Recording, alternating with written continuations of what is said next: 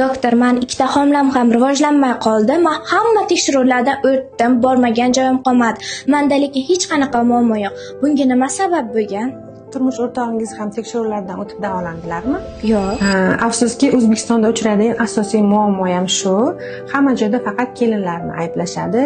Kuyovlarimiz umuman tekshiruvlardan o'tishmaydi, lekin afsuski, homila rivojlanmay qolishini eng asosiy sababi hozirgi kunda 70-80% erkaklar bilan bog'liq muammo hisoblanadi. Homila rivojlanmay qolayotgan juftliklar juda ham ko'p keraksiz tekshiruvlardan o'tishadi. To'rchi infeksiya, gormonlar, mazok, asosan kelin tekshiruvlardan o'tadi, davolanadi, lekin hozirgi kunda yuqorida aytgan erkaklardagi muammolar ko'paygan, ya'ni spermatozoid tarkibidagi DNK fragmentatsiyasi bilan bog'liq.